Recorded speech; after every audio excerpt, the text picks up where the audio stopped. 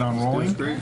Sure. So good evening, Canby. Welcome to the Urban Renewal Agency special meeting of April 15th. Yes, hope everyone had a good April 15th, 2015. Tax day. Tax day. And with the indulgence of the agency, we'll rely on the opening ceremonies that we had earlier. First up, we have any community announcements, Kim? Yeah. In addition to what we did. Any citizen input? Anybody want to speak to anything not on the agenda tonight? Seeing none, we'll go to consent agenda. Sir, I move that we approve the consent agenda, which include the minutes from the March 4th, 2015 Urban Renewal District Agency special meeting. Second. Did I hear a second? Yep. From Tracy. All righty. It's been moved by Vice Chair Hodson, seconded by Commissioner Hensley to accept the minutes of the March 4th, 2015 Urban Renewal District Agency special meeting. Any discussion? All in favor say aye. Aye. Any opposed? Carries 7-0. Tonight's big topic is discussion regarding the library civic building concepts and results from community meetings. We've had 4 community meetings to get public input on the design of our new civic center, and tonight our architects are going to be summarizing and presenting those to us. But before we get to that, there's a lot going on right now with the civic center. It's exciting times. We're in the process of getting ready to select a general contractor, which is this agency's third big action that we will take in order to really get this project rolling. And so I'm going to let Rick have the floor and update us on that. Yes, thank you. It is a very, very big next step. It will complete our CMGC team. We did request proposals from all interested general contractors. We received 4 during the response period. And all 4 contractors are excellent contractors. We're very, very fortunate that we received the type of response that we did. We are scheduled. We've had one meeting with our interview group, and that occurred last night. We're scheduled to interview all 4 of the contractors on Friday morning. I would expect that the interview panel will arrive at a determination and recommendation of the top candidate, and we will, unlike we did on the architect's agreement, we're going to immediately initiate discussions and negotiations with this group so that we don't lose any more time in our construction schedule. We need to get some estimators on board, and we need to get the contractor on board. So the top candidate identified by this panel will immediately go into negotiations with. If we're successful, we'll be bringing to you on May 6th a contract for general contractor services, asking for your approval and authorization to execute that contract, and we will be in full swing with our full team. Very excited about this. As I said, this is a critical next step in the process, and it'll complete the team that will proceed through to the end of this project, we're hoping. Yeah. Thank you, Rick. And I just want to echo that. 4 very capable contractors. You just can't go wrong. They all could deliver. So it'll be a tough choice. Yeah. I would add one other point, if I may, not directly relating to this, but relating to the site. If you have watched the last 2 days, you will have seen the removal of all of the trees and all of the shrubberies on the property that will be the site of the civic building. And I want to compliment and thank Jerry Nelzine and his public works staff for their excellent work. We'll have stump grinders out in the next couple days to remove any additional material on the site, and then we'll be scraping the site and building the pad that we'll be using for help me on it. For staging of the project. And so we expect to have that pad, the excavation done, the pad built over the next couple weeks, and that will leave only the construction pad itself. All of the utilities companies are actively working with us, and we're feeling pretty good about the timing and schedule for utilities relocations as well. Very good. Any questions for Rick before we move on? Thank you. Everyone? Great. Rick, why don't you go ahead and introduce our friends from Scott Edwards Architects, and we'll go ahead. And if you don't mind, I think I'll ask our project manager to step forward, Amanda Zeiber, to introduce our Great. architect. Thank you. I'll sit down for the microphone. This is an exciting project. I want to commend this architect team, design team, for the progress that they made in such a short period of time, and the way that they have been able to take all of the information that they've received and create a concept. I know that's what architects do, but it's still kind of amazing for me when we sit in a room with all these public meetings and we hear lots of windows, no windows. We love this, we hate this, and then they can find a way to create a really great concept and give us a starting point to move forward. So with that, I would like to introduce from Scott Edwards Architecture, Sid Scott and Brian Mars. Great.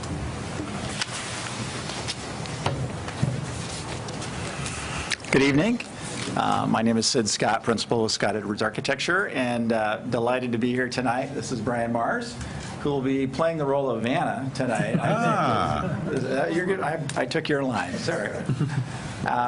Will they lean up there so that folks in the audience can There's see? no lip up there, really. Yeah.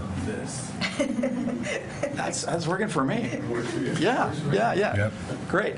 So, as Amanda was saying, I think it's been a really wonderful process. We often go through a much longer process, and I think this has been really wonderful in terms of the amount of momentum that has been generated. I think we've got a lot of good feedback. People have been very responsive, and I feel like in the end we're going to have a project that's all about Canby. So I just wanted to give you a very brief overview of the process we've been through. And I will skip many of the steps, but I'll just hit the highlights. We really started this process by touring the existing city offices, the offices that will be relocating to the Civic Center, to get a feel for what you currently have there. We toured 5 libraries and civic centers around this area. We then conducted our community meetings number 1 and 2, which was a great opportunity for us to get a chance to listen to the community. So we had images that we showed and got feedback from folks via little yellow and multicolored sticky notes in many different categories. And what Brian is holding here is the compilation of that first round of what we heard in terms of feedback from folks. And the first one is the first night, the second night, and then this is the combination.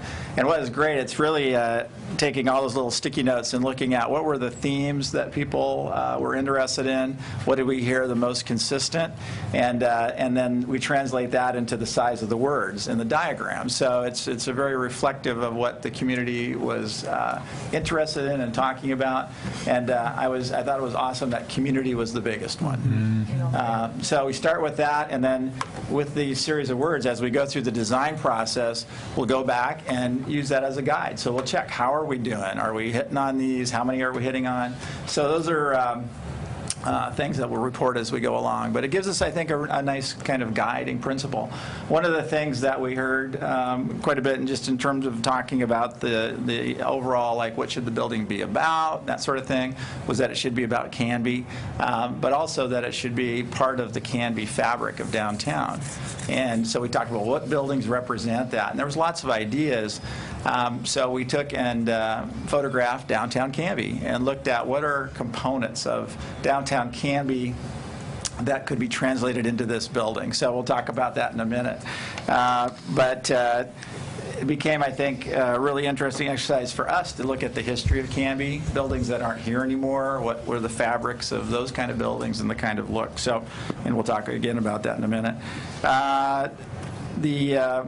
We met with city staff after that and talked through programming for their space, so really talking about specifics, kinds of spaces, rooms, sizes, and those sorts of things, so that we could put together a program, space program, that talks about all the kind of spaces that they would need in this facility. So then we had community meeting number 3 and 4, where we presented 3 different options in terms of site planning and how the various components of the Civic Center could be placed on the site. And we also presented 3 options in terms of different kind of character for the building. And so we gathered feedback there, folks voted, and then community meeting number 5, which was last night, was a synthesis of what we heard into one concept. So what we've got tonight is a concept. The design will evolve from there, but it's really capturing both the concept in terms of site planning and kind of function, and then also a general kind of aesthetic for the building. So let's see, did I miss any steps? I'm sure I did. But that's where we are today. And so what we've got is the site plan is, and we looked at this essentially as 4 components. You've got it's the overall Civic Center, but you have the library component. We have a component that is the city council chambers / multi-purpose space. Thank you for that awesome idea. The city offices, and then we've got an opportunity for a civic plaza. So we have those 4 components.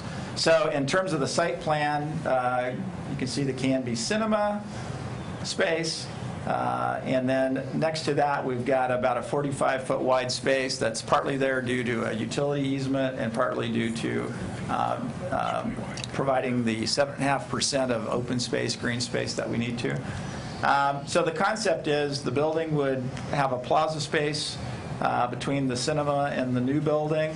We would push it on the west end to the property line, which will set it up then for development in the future, a building being added onto that and give you that kind of fabric of downtown. The entry is located off of the plaza area. That's the gray area there. Which we think is really going to be dynamic in terms of access to that plaza area and should give it a bigger feel than what it would normally feel like if you were just going into a building. So that contains the elevator and stair area, which would take you upstairs. The multi-purpose / council chamber space is the gold colored right there. So that would be what you would see when you come into the building straight ahead. It also has access to the outside, to the plaza space. And then the green and the kind of aqua color there is the library space. So the light green is the back of house area. So that's the service area where all the books come in and the staff works. Would be a circulation point probably out towards the tip of that area, and then the rest is library area. Now we have not got into library planning yet, and that's really the next step, but the idea that would be where the library would be located. It's an awesome opportunity on the alley side that we can have a drive-up, drop-off back there. And also the alley presents an opportunity. There was a lot of discussion about parking and how close it is to the Civic Center, and you've got the large parking lot to the north of the cinemas there. And so having the entry on that side and also from the alley side seemed to make a lot of sense. On the second floor, city offices, also a potential for some meeting space up there. That's the lighter orange color. And so those are our components as they sit on the site. Then looking at the exterior of the building, the thought was picking up on this idea of a really 20th century Canby, which is a lot of the buildings that people liked had that kind of character, whether it's Victorian or brick base to the building. Backstop is an example of a building with a very strong base to it. So the concept was to do that as part of a first floor feel, so it would have the similar kind of fabric as a lot of the other buildings do, and then do something that is more responsive to 21st century a library or a civic center design, which as the second floor would have more glass to it. So it makes a nice contrast. I think it's a response to the past, but also a nod to the future. The library space is on the left there. We would love to come up with a way to be able to provide additional light in that space. So we're looking at the idea of clear story or higher windows that will allow light to get deeper into the space, and that may be partially over the library. And then the city offices on the second floor, so that's the portion next to the plaza. And that, I think, also just by massing, having essentially a 1.5, then a 2-story, really brings you to that end and really says entry. So it's easy to find. So that is where we're at with the project, and that was what came out of the community involvement, and we're ready to move ahead based on what you think. Questions? Thoughts, questions? Comments? Brian, I think I asked most of mine during the meetings. Brian, great job being mayor. Yes. Yeah, Good pointing. Can you turn it, though, like letters? Yeah, you can do that, okay. I just got to commend you guys because I know that we've got you guys on a tight timetable, and your turnaround times have been phenomenal. And Appreciate that. I like the look that we have here. That's the starting point, and I'm very pleased. It's great. Could you tell the viewing public the square footage of the library versus the second-story city Thank you offices? for asking that one. So the footprint, as we represent it right here, is about 25,000 square feet and about 10,000 square feet on the second floor. So we're looking in the 35,000 square foot range. Now, this will be all subject to, we will have a contractor on board shortly. Very shortly. And we're going to put them to work. You know, we've been on a fast pace. We expect they're going to be on that same pace. That actually should be one of our questions at the interview. It will be. It is. one of our questions. It is. How fast can you go? And so the library represents about 20,000 square feet that's shown here. But it would also have connection and access to that multi-purpose space, council chambers. So the idea, and it's 21st century planning, but make it as flexible and multi-purpose as we can, because we know that in 50 years, libraries will look different than they do today. We don't know what that's going to look like, but it's going to be different. And it's actually our intent to begin engaging the contractor in the discussions immediately following their selection and pending their approval. So we know it's critical to get the contractor involved and engaged both in terms of design elements, cost control, and value engineering just as early in this process as we can. So we haven't even started schematic design. It's just the perfect opportunity.